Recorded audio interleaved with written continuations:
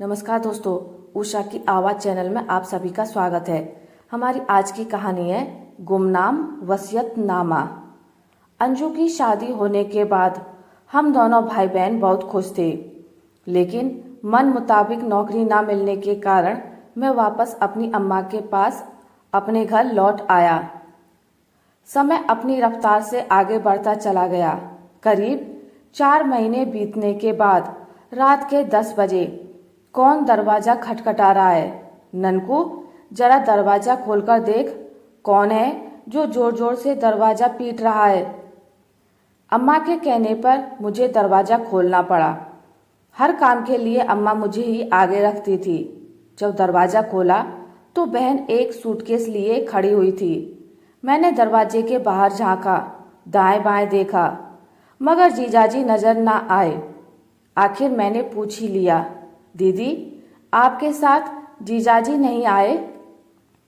तब दीदी ने कोई जवाब नहीं दिया और सीधी घर के अंदर चली आई। दीदी पलंग पर बैठते हुए अम्मा से बोली, अब मैं कुछ दिन यहीं रहूंगी। गांव से ससुर जी आए हैं और बहुत बीमार हैं। जब ससुर जी गांव में स्वस्थ थे और रुपया कमा रहे थे, तब उनका बड़ा बेटा और उनकी बड़ी बहू उनकी बड़ी सेवा करते थे। सारे नोट उनसे गिन गिन कर रखवा लेते थे। अब ससुर जी बीमार हैं तो यहाँ दिल्ली में भेज दिया अपने छोटे बेटे के पास इलाज के लिए। ससुर जी की रकम खाए बड़ा बेटा और इलाज करवाएंगे छोटा बेटा। यह कहाँ का इंसाफ है? मैं नहीं जाऊंगी अपने ससुराल। मैं क्यों सेवा करूं अपने ससुर की? बहन के मुंह से इस तरह की बातें सुनकर मुझे दुख तो हुआ, लेकिन बहन है, समझाना भी जरूरी है। घर अपना, परिवार अपना।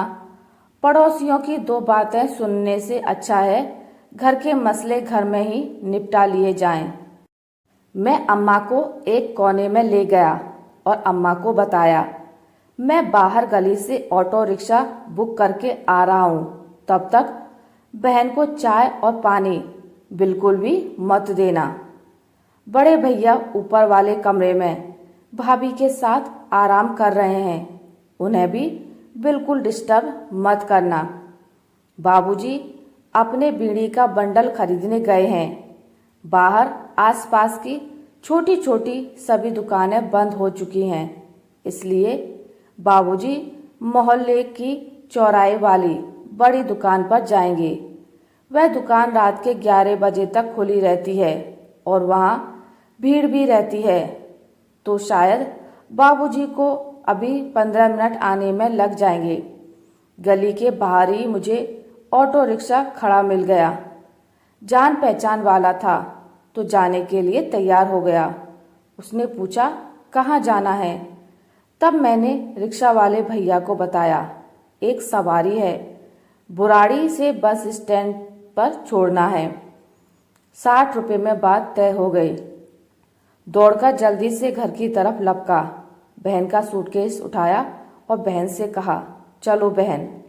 वह तुरंत मेरे साथ पीछे पीछे चल पड़ी। ऑटो रिक्शा के पास पहुंचने के बाद ड्राइवर ने कहा, रात का समय है, लेडीज अकेली है, मैं सवारी लेकर नहीं जाऊंगा।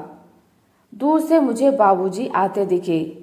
उनके हाथ में एक बीड़ी का बंडल था। मैं तुरंत ऑटो के अंदर बैठ गया और बहन को भी बिठा दिया। तब ऑटो वाले ने कहा, तुम भी साथ चलोगे तो मैं बुराड़ी जाने के लिए तैयार हूँ। मैंने उसकी हाँ में हाँ मिलाई।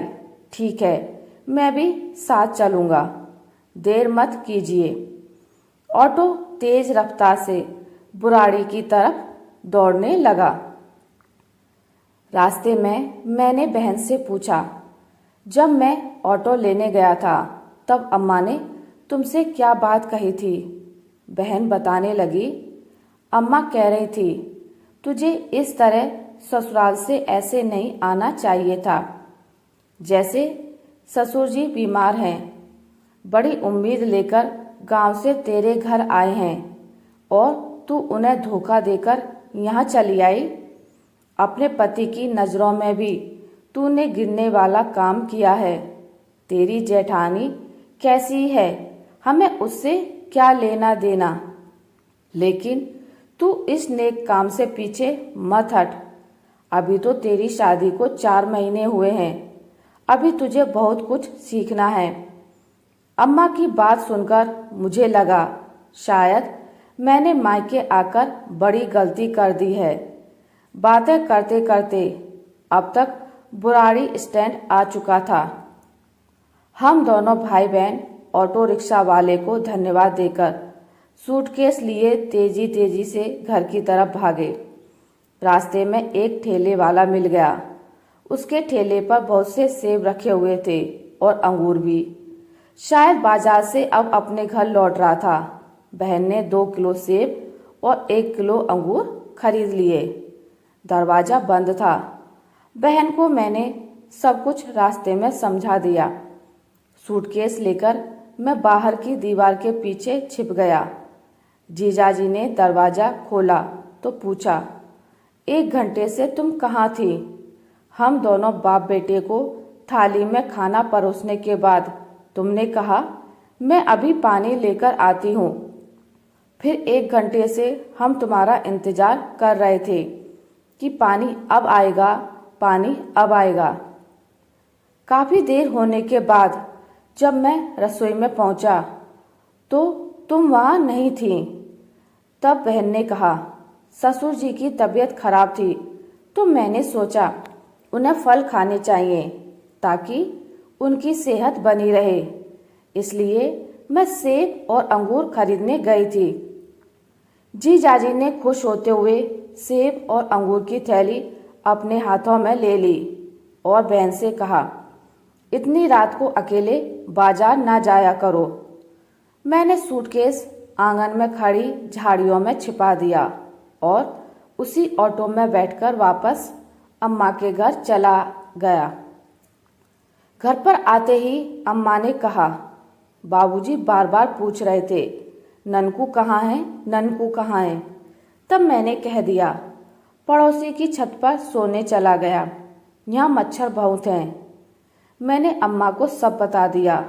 तुम बिल्कुल फिक्र मत करो, सब काम बढ़िया करके आया हूँ। किसी को कोई शक नहीं हुआ। सूटकेस घर के बाहर बनी झाड़ियों में छिपा दिया है। बहन मौका देखकर सूटकेस को घर के भीतर रख लेगी। मैं पड़ोसी की छत पर सोने जा रहा हूँ, मगर एक नुकसान बहन ने कर दिया। जाते समय तो बहन ने 60 रुपए किराया दिया था, मगर आते समय का किराया मैं मांग ना सका। सुबह ऑटो वाले भैया को 60 रुपए देने हैं, बस इसी बात की टेंशन है। तब अम्मा ने कहा, तुझे 60 रुपए की पड़ी है, तेरी बहन सही सलामत अपने ससुराल पहुंच गई। यह मेरे लिए और हम सब के लिए गर्व की बात है। अम्मा कहती रहीं और मैं चादर लेकर पड़ोसी की छत की तरफ भागा। भागते भागते मैं यही सोच रहा था। बहन लगा गई मुझे 60 रुपए का चूना। दिल्ली के पंत हॉस्पिटल में बहन के ससुर जी का इलाज 3 महीने तक चलता रहा।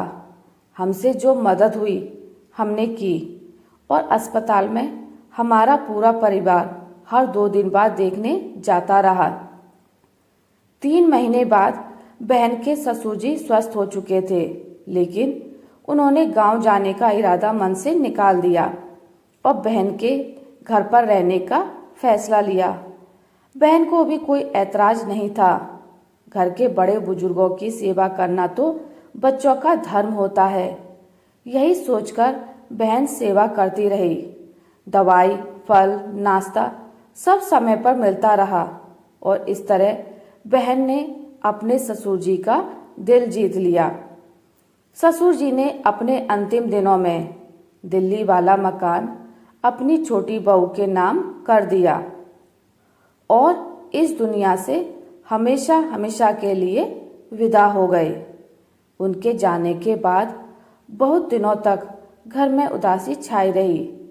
घर आकर अकेले में बहन ने जब यह बात हमें, अम्मा और बाबूजी को बताई कि मेरे ससुर जी ने दिल्ली वाला मकान मेरे नाम कर दिया है। अब मुझे क्या करना चाहिए? अम्मा और बाबूजी ने बहुत सोच विचार कर बहन को बताया। भले ही तुमने अपने ससुर जी की सेवा की, लेकिन उसकी कीमत नहीं मांगी जाती और न ली जाती है। इसलिए तुम अपने ससुर जी की बनाई वसीयतनामा को किसी नदी में प्रवाहित कर दो और भूल जाओ कभी कोई ऐसी भी वसीयत बनाई गई थी जो सिर्फ एक ही बेटे के लिए हो। तुम्हारे जेठ जेठानी के भी बच्चे हैं, उनका हक लेना गलत होगा। यह बात बहन ने जब जीजाजी को बताई तो इस फैसले से जीजाजी भी खुश थे। दो भाइयों के बीच प्रॉपर्टी को लेकर कभी भी दरार नहीं पड़नी चाहिए। मनुष्य के कर्म अच्छे हैं और अच्छे संस्कार हैं तो वह जीवन में ना जाने कितनी प्रॉपर्टी खड़ी कर लेंगे। कितने साल बीत गए उस वसीयतनामा के बारे में बहन ने जेठ जेठानी को कुछ भी पता नहीं। सब मिलजुल कर अपना अपना हंसी खुशी जीवन बिता रहे हैं। शादी के बाद हर विवाहित लड़की अपनी माँ के कहे अनुसार ही चलती है, इसलिए माँ का कर्तव्य बनता है अपनी शादीशुदा बेटी को सही रास्ता दिखाए, घर तोड़ने की नहीं घर जोड़ने की सलाह दे, बुजुर्गों की सेवा करना सिखाया जाए, क्योंकि एक दिन हमें भी बूढ़ा होना है, यही सत्य है। आशा करती हूँ आपको मेरी आज की कहानी अच्छी लगी होगी। अगर आपको मेरी कहानी अच्छी लगी है तो इसे लाइक करें, ज़्यादा से ज़्यादा शेयर करें और अगर आप मेरे चैनल पर नए हैं तो इसे सब्सक्राइब करना ना भूलें। मिलते एक नई कहानी के साथ, तब तक के लिए नमस्कार।